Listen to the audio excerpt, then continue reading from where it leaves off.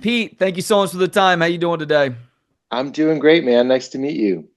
Nice to meet you over Zoom as well. We have to start in a unique place today because in preparing for conversations like this, I tend to listen to several hours worth of podcast interviews. So gave your podcast a couple more listens, listened to you on a couple of other podcasts as well. And in a conversation that you had with Lisa Gilroy recently, you guys brought up the urban legend that is calamari, a large portion of calamari actually being pig anus, with This American Life doing a story on it to figure out if it was an urban myth or if there's some truth to it. So my radio listeners aren't going to be able to see this, but I bought a shirt that is essentially the butcher's diagram of a pig with the calamari. Check this out. Oh, wow. Did you make that shirt?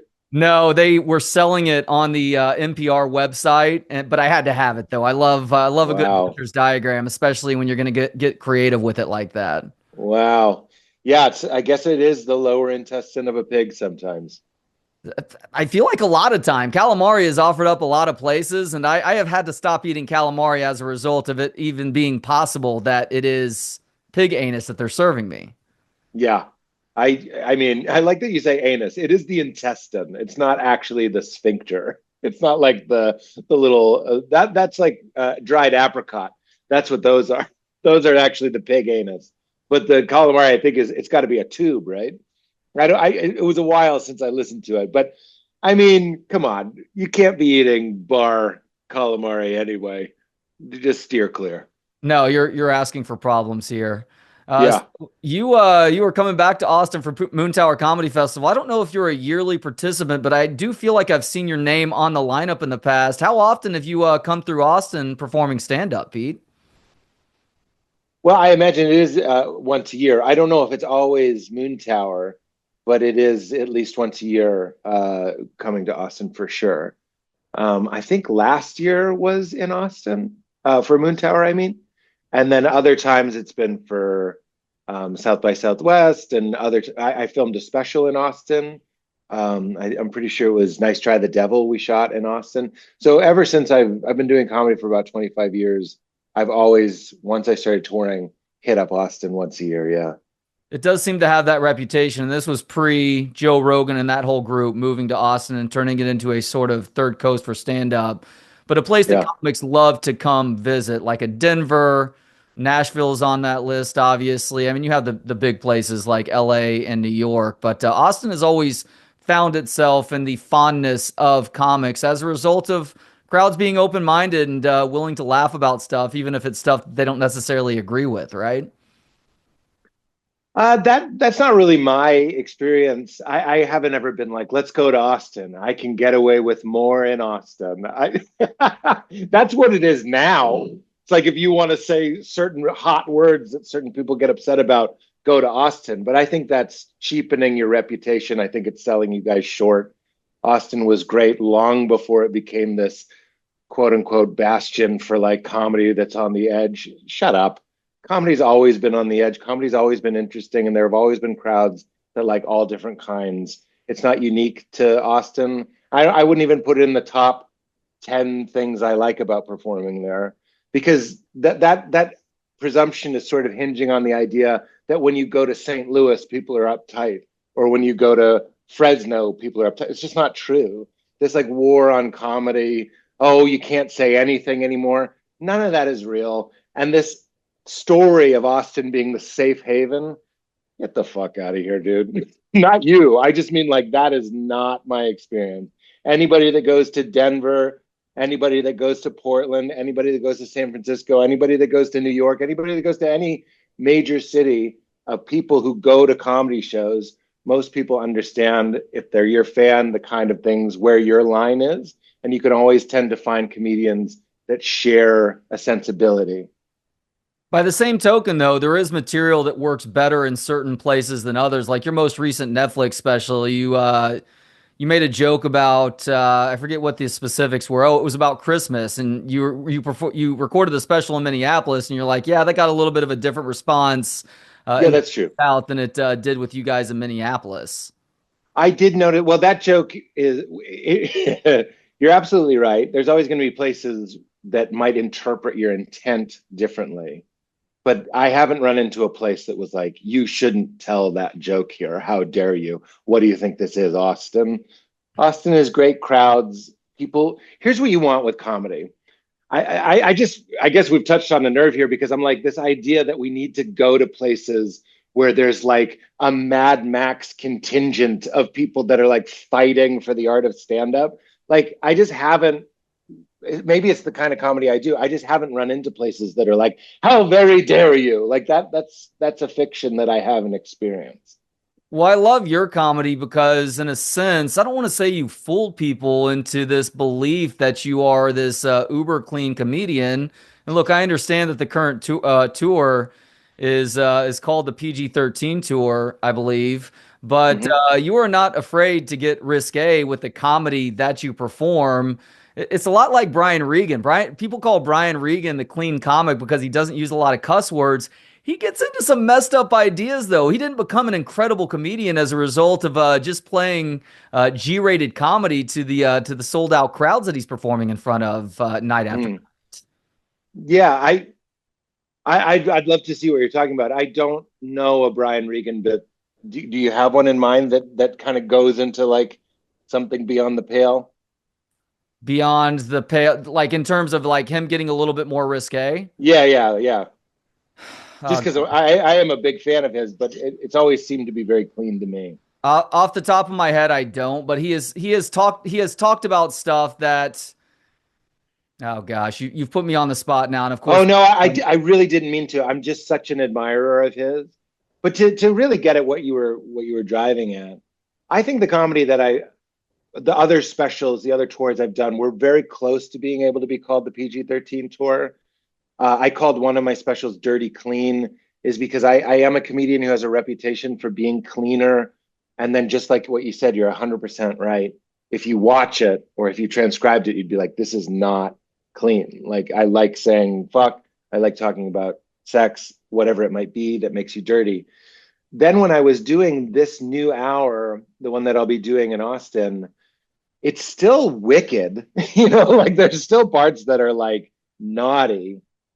I just noticed that like, oh, there aren't nearly as many swear words or cuss words or whatever you want to say. So I was like, oh, it'd be interesting if I could just like trim 2 or 3 F words, not say that as often, and then not do one joke. This is what it's been on the other specials that is like really in your face sexually graphic. Like I usually do like one joke, usually towards the end, that has some implication or some maybe even not even an implication, just like an overt sexual joke. And I really like those. But I'm like, oh, this one doesn't have that.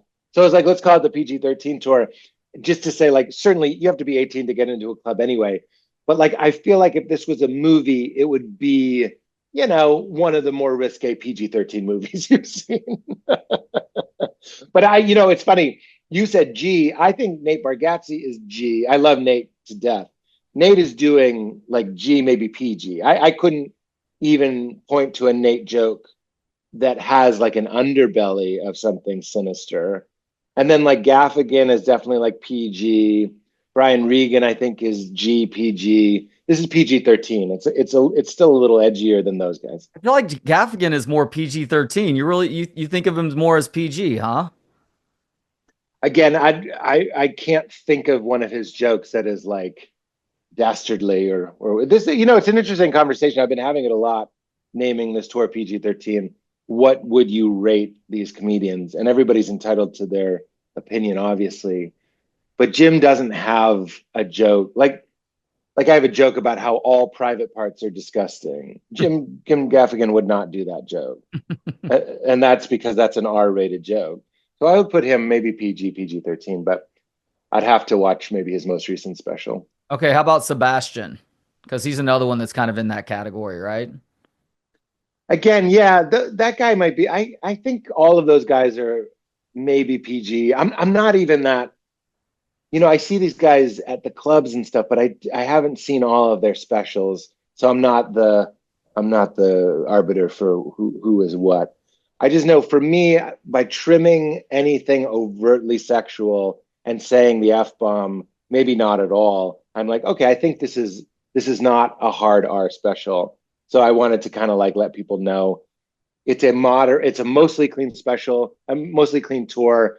But like I really wanted people to know that that doesn't mean it's boring or like just jokes about soap or jokes about cats or whatever. I'm talking about weird stuff. It just doesn't happen to have tons of swears and tons of sex if that's what makes a special dirty, which it seems to be that's what it is. Was this shaped at all by the fact that that you do have a young daughter now, and you're trying to come up with something that you may be able to expose to her a little bit earlier in her life than you might otherwise? Yeah, that's a really good question. I haven't thought too much about that. It really came about. Here's the way that I think you're correct. This stuff grows out of what you're doing, meaning where you live, who you live with. I live with a 6-year-old girl, and I live obviously with my wife, and we're like hanging out, and that gets in there, and that affects the soil, and that affects how your comedy grows out of it. So I didn't sit down and go like, I need something that Leela could see. Obviously, Leela wouldn't be able to see this until she was older anyway. Um, Meaning it's even though it's PG-13, it's still really inappropriate for her. But yeah, I don't think too much about that. I mean, I would be careful to not tell my daughter that like something that isn't angry or dirty or sexual or has swear words in it, that those are like wicked things. That's how I was raised, you know, growing up religious, that like things where if you said the F word, that meant you were somehow bad. That's why I loved saying those words so much and for so long. I actually thought there was a really powerful, I still think there is something really powerful about being someone who is spiritual and who loves God, you could say that, but also loves talking about all the grit and the dirt of being alive and being human and swearing and getting worked up and all that. And I really kind of, for a lot of my 30s and into my 40s, resented the idea that like good comedy or clean comedy or like decent comedy or like comedy for people who love God is very buttoned up and like, hello, have you noticed that steering wheels are on the left and like what like and if you start talking about poop or sex, like now you're on the out, like God likes you less. So a big part of my early, not my early career, most of my career was trying to juxtapose those two things. Here I'm like my joke about either God created the world or nothing created the world, and I'm saying what's the difference. I put a lot of swears in that joke on purpose, and it was so you could see that everybody is invited to that conversation. It's your birthright to wonder what we're all doing here. And I really don't like the lines that have been drawn that go like, well, if you're polite and nice and smiley and dress in neutral khaki tones, then you're invited to the God conversation. I was like, that's ridiculous. We're all here and we all need to talk about it. And I wanted to therefore be like, I like talking about sex. I like talking about diarrhea, and I like talking about the meaning of life. Now, maybe because I have a daughter, I just feel a little bit like I've made that point, and and I just feel calmer. I just turned 46, and I'm like, I don't think I need to be so in your face about it. Maybe I could just do a nice show. You know what I mean? I feel like I have less to prove. I'm like, it's okay. I'm getting older. I tend to like it. Like Mike Birbiglia is a good example for me. He's the right kind of clean for me. You know, he still talks about real stuff and he goes there. That's kind of where I'm going. But I have less to prove when it comes to like, you can say the F word and you're still a good person. Like that's less interesting to me than it used to be. Yeah, I also grew up in a very strict religious household, and my response to that was a lot of vulgarity as well, and a sort of mental vulgarity, I guess, without using the actual words in the earlier part of my radio career, where I was very blatantly trying to step over lines. And yeah, it would draw a response, and oftentimes it would draw a laugh. But at this point, I'm a year older than you. I'm 47. I'm taking less of those chances. I still have a sense of humor. That's not to say that I've forgotten how to laugh. I love stand up comedy after all. But specific to being a dad because you've got a 6-year old. I have a 10 and 8-year old in my household, a 10-year-old daughter, an 8-year-old son. I make sure that they understand that words themselves aren't necessarily taboo, that the definition of the word, how you use the word, the audience that you use certain words in front of, those Yeah, things yeah. all matter. And there are certain words that you want to be extremely careful or probably avoid saying at all. But every word has a use that isn't necessarily whatever the worst label of that word is, right? That's yeah. I understand what you're saying, and something about evening out as a father and as a husband and in the middle of my life. I'm just sort of like, it seemed like more of a young man's rebellion to be like, you can want to talk about God, or you can be a good person and a good father and still want to be naughty. Um, I don't know, that is less of my hill to die on these days.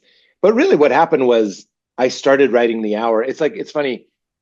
We talk as if we have anything to do with it. These are the ideas that showed up. And then once I had an hour of them, I was like, oh, you know what's missing? There's no jokes about porn.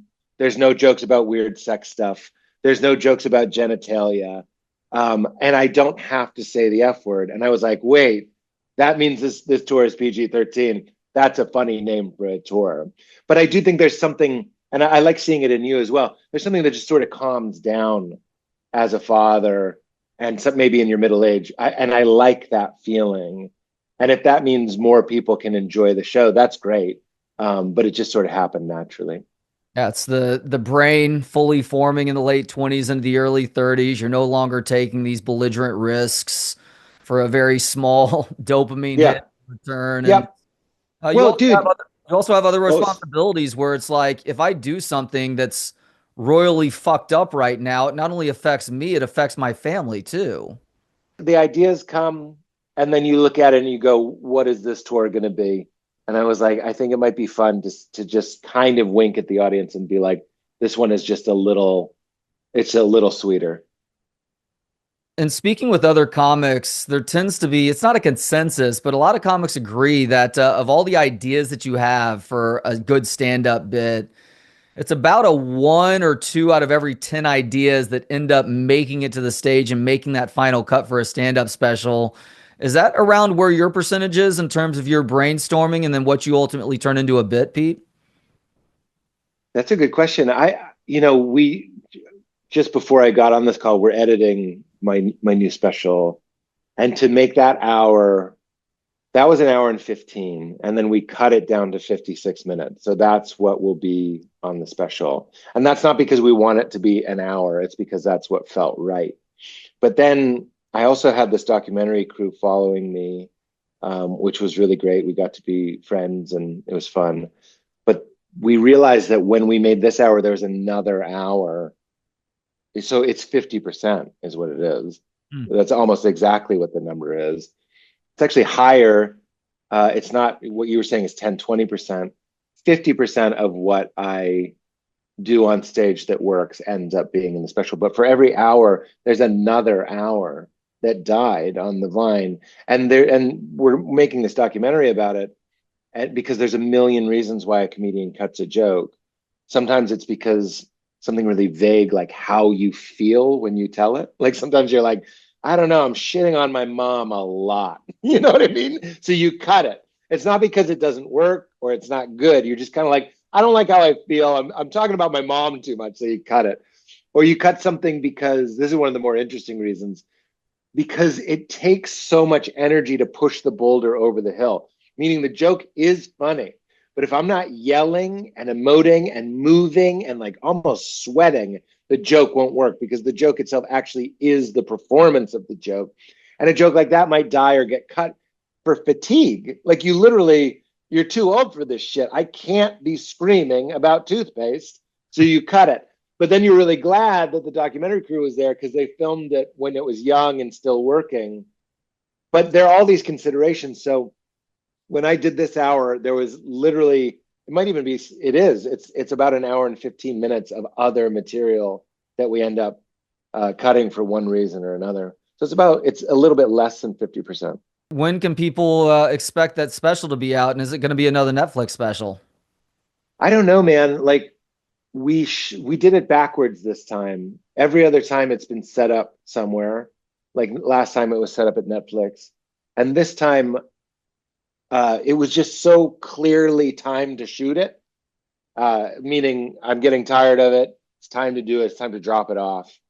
And I didn't want to wait to like, it takes a long time to get someone to buy something. You got to wait for the market to be right. And I was like, forget it. We'll film it in Portland. We already have this great documentary crew. We'll get some more cameras and we'll shoot ourselves. And then we'll sell it to somebody, ideally. And worst case scenario, you put on YouTube. I'm confident that we'll get it in at a place like Netflix. But what I like about this model is there's no rush. We're watching it, we're cutting it, we're polishing it, and nobody's looking over our shoulder asking for it, other than me that would like to get it released as soon as possible. So we're like maybe 1 or 2 steps away from showing it to Netflix and seeing what they say.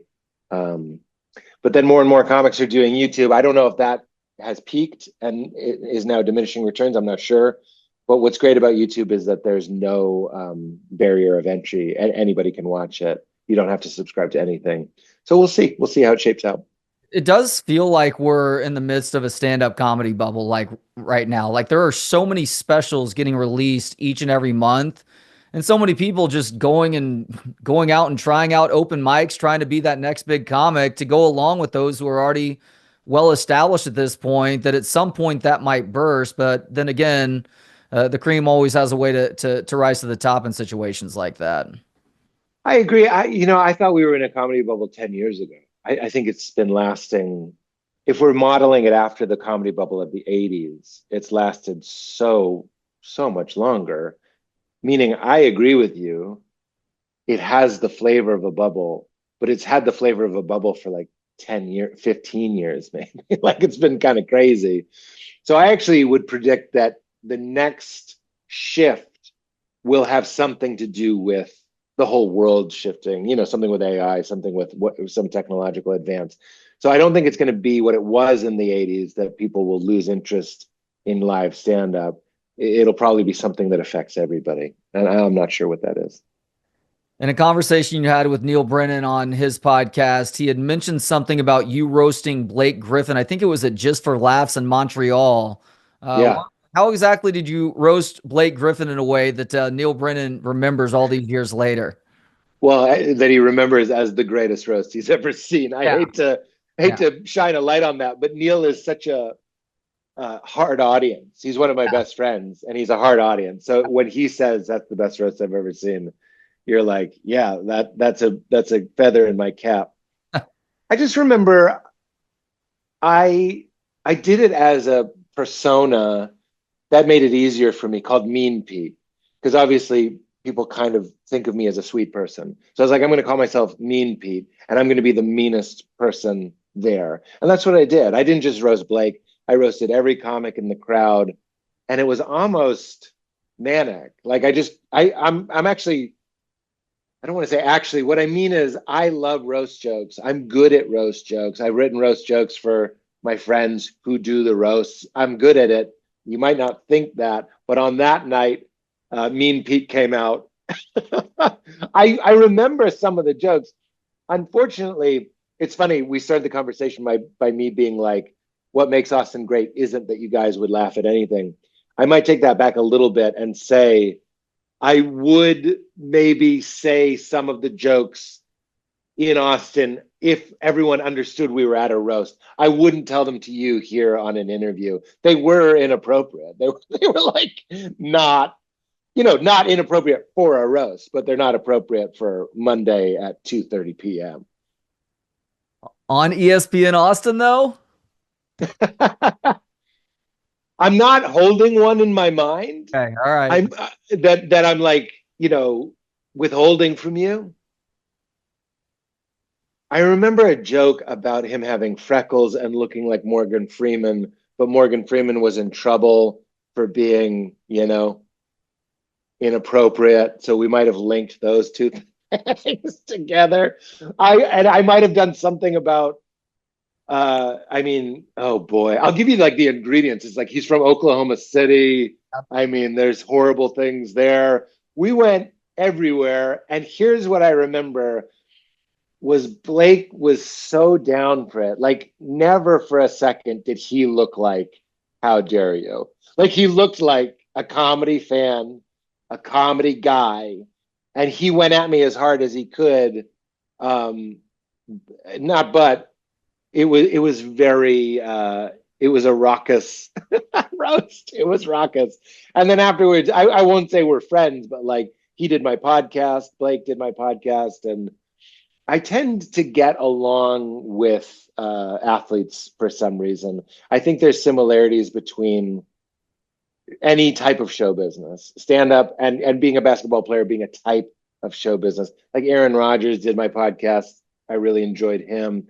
The late Dikembe Mutombo did my talk show. That's legendary right there. Dikembe Mutombo. It was awesome. It was awesome.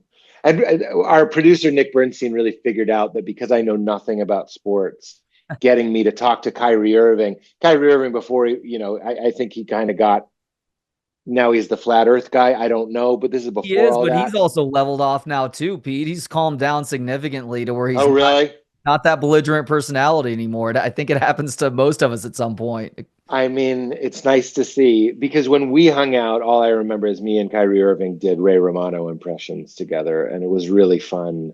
Um, yeah, there's something about athletes that I relate to for some reason. All right, just two more questions now, Pete. I want to go back to fatherhood for a sec because I love asking dads this question, and that is, we're in 2025. It's a great time to be alive. It's also a really screwed up time to be alive too. What do you think the biggest challenge is for parents in 2025? Well, yeah, that's an interesting question. I think the charge of any parent in any time, and I'm not dodging your question, I just think what's happening in all of the shifts that are going on right now, like you could even take a pretty benign one like artificial intelligence, that doesn't really change the day to day with me and my daughter. And every parent's job is to do better than their parents. And for all of the jokes I make about my mom and dad, they did that. They did better than their parents. They moved the ball up the field. And now we have the ball and we're moving it up the field. And when my daughter, if she chooses to be a parent, she'll move it up the field. And there'll be some blind spot that we had, for sure. But I always say, though, or I don't always say, I think about it every day. Whatever my blind spot is as a father, it's not paying attention. And I don't just mean giving attention. I mean, like, it's not going to be not being present and attuned and reciprocal with my daughter. Like, I'm in relationship with her. I don't tell her how she's feeling. I don't tell her what she likes. I try to be spacious and porous and honor who and what she is, and see myself more as a gardener. That this is not my metaphor. I'm trying to keep the weeds away. I'm trying to keep the thorns away, but I'm also just trying to let her be what she is instead of, and this isn't what my parents even did. I'm just saying, like, there has been a tendency to be like, I'm going to sculpt you into what I am. I'm going to make you like what I like. It's really fun to just witness and honor my daughter as the pretty formed person that she came out as. That's the trip, is like, oh, she's going to be silly because her parents are silly.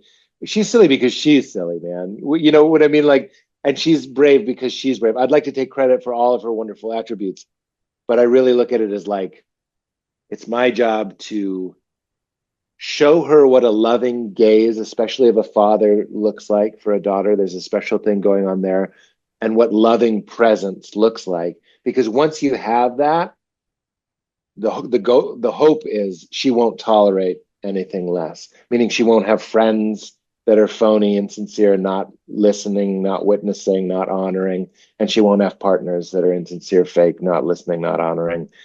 Because that's what love is. Love is a yes to somebody. Love is a spacious space that they can move into freely and be celebrated and appreciated. And once she's tasted that, I think that'll shape her life. So I think that would have been true in 1889 as well as 2025. When it comes, you're a little bit further ahead than me. So when it comes to, navigating the way our world is, all we know right now is try to watch what they consume. And, I have a joke where I'm like, I don't give my daughter YouTube. Like some parents will give their kid YouTube. And I'm like, what? I don't want to walk away and 20 minutes later come back and she's a flat earther. You know what I mean? So there's like a certain degree of like some protections there. But really, I see myself as a steward of something that is going to be what it is. Yeah, listening, leaning into that wonderment and awe, apologizing when you make mistakes, because inevitably we all make mistakes. Yes. Oh Unfortunately, my God, you've touched Trey. I have a joke in my new special about that. I didn't mean to cut you off, but like, thank you for saying that. I probably, I wouldn't say it every day, but it's got to be every other day. I go, Daddy was wrong. Like, let's say I said something, like, and it turns out it's not true. That's how we're moving the ball up the field. My dad did what he did, and that's fine. One of the things he didn't do was show weakness, but I think it's true strength to go like, Daddy was wrong, or Daddy got frustrated, or Daddy, like, sometimes Daddy makes mistakes. Like, we all get overwhelmed. Like, inviting them into the shared humanity of like, yeah, I'm sorry that happened, or I'm sorry this, or this. That's definitely one of the ways the modern parent is moving it up. yeah, look, I mean, apologizing, it isn't a flaw. It doesn't show flaws. It shows that you're human, and it teaches, even if passively, it teaches personal accountability. And you as a person, the general you as a person, cannot start to grow until you can acknowledge your mistakes, learn the necessary lessons from those mistakes. You're not making them over and over and over again. Unfortunately, we're in a weird time, and you're probably right that this is throughout human history as well. Well, people have a hard time admitting that they're wrong. They would much rather Yeah, double down on their stupidity than yeah. say I'm sorry and try and see the other side of a coin. I'm totally with you. We're very black and white, and we're very gaslighty, and all of that stuff that's happening.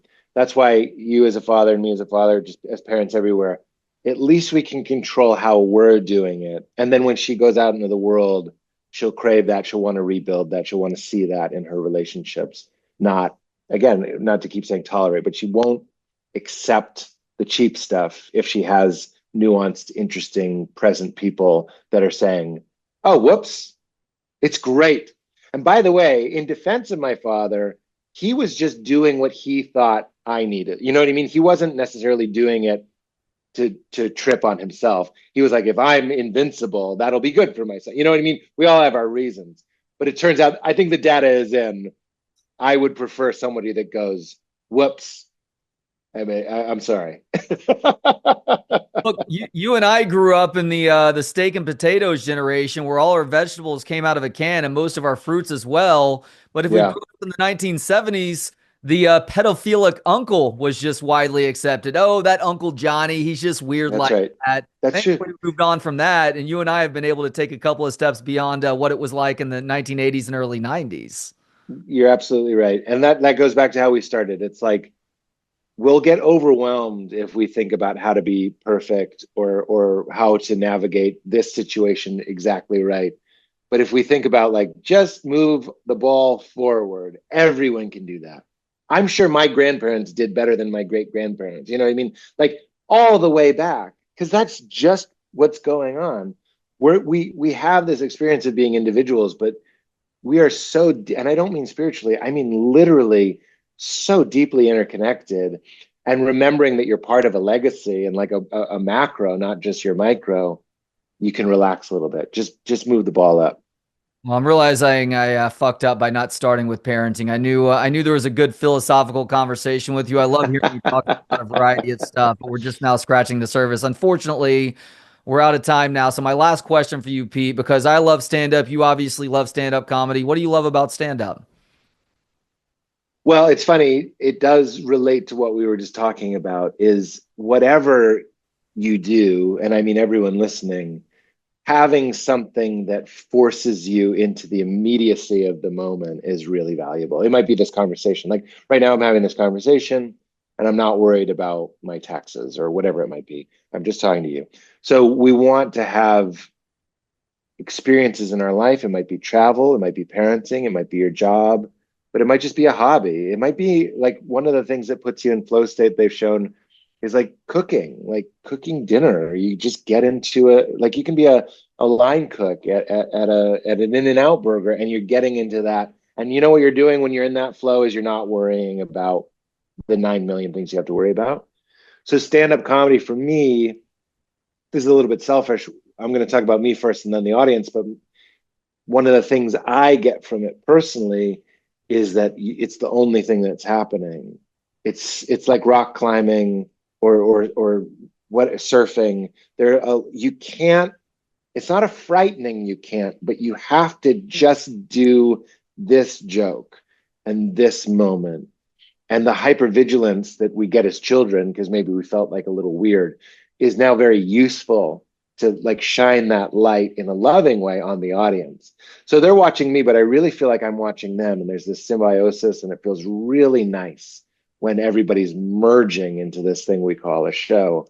But it's just the only thing that's happening on the planet is you're locked in. It's engaging and exciting and fun enough that you are locked into just that. And that feels really nice. The other thing I like is, watching people who were strangers become an audience. They merge with each other.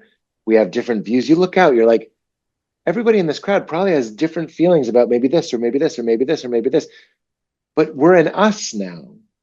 Sometimes I say we're driving to the show. I honked at somebody. I'm like, I might have honked at someone that was going to my show. You know what I mean? Like, because out on the street, there are them. Then we go into the audience, and it's this wonderful excuse to recognize ourselves. It was always in us, but at the show, we recognize we're in us, and we all get together. We point in the same direction, and we feel joy, and we feel understood, and we feel connection. And human beings pointed in the same direction, whatever you might be doing. It might be a sport. It might be building something. It might be a project. It might be something at school. It might just be cohabitating with people. But we love pointing in the same direction. And comedy is like, let's all point in this direction. And it feels so much better. We think we go to see a comedian for the jokes. I actually think we go for this bubble that you create together, where you're like, we were all pointed in the same direction for an hour and a half. And that is just fundamentally essential for human beings to be happy. We love it. So it can feel very, say it again. No. I was just gonna say it feels good. Well, and to bring it full circle, I feel like Austin just naturally is one of those places where people with different ideas or different beliefs or thoughts on something are willing to come together to have that conversation. In a lot of ways, it's not the only case, Yeah. but in a lot of ways, stand-up comedy is the best example of our ability to put our differences aside for a greater good. And that greater good is to go watch somebody who has worked hard to craft an hour plus, force you to laugh your ass off with some incredible ideas, R-rated, PG-13, PG, sometimes G. That's right. Doing that, closing out this year's Moontower Comedy Festival, Saturday, April 19th at 9:30. Go to austintheater.org to snag some of those few tickets that do remain. And buckle up, because it's going to be a fun ride. Not only one of the funniest guys out there, in my opinion, I'm not just blowing smoke, Pete. You're one hell of a philosopher too. Like I said, thanks, man. I pointed to myself because I pride myself on these conversations that we didn't get into to that side of things that we did at the end until the very end. But hey, a little bit is better than nothing. So next time we may have to talk a little bit of Matt Johnson, the paradox of dogs. Oh my gosh. Sports, all sorts of other stuff. But in the meantime, thank you so much for the time and safe travels to and from Austin. Thank you, Trey. I really appreciated this. I enjoyed it very much. And thank you for your kind words. I'm holding on to them. They didn't just go right through me. I appreciate it.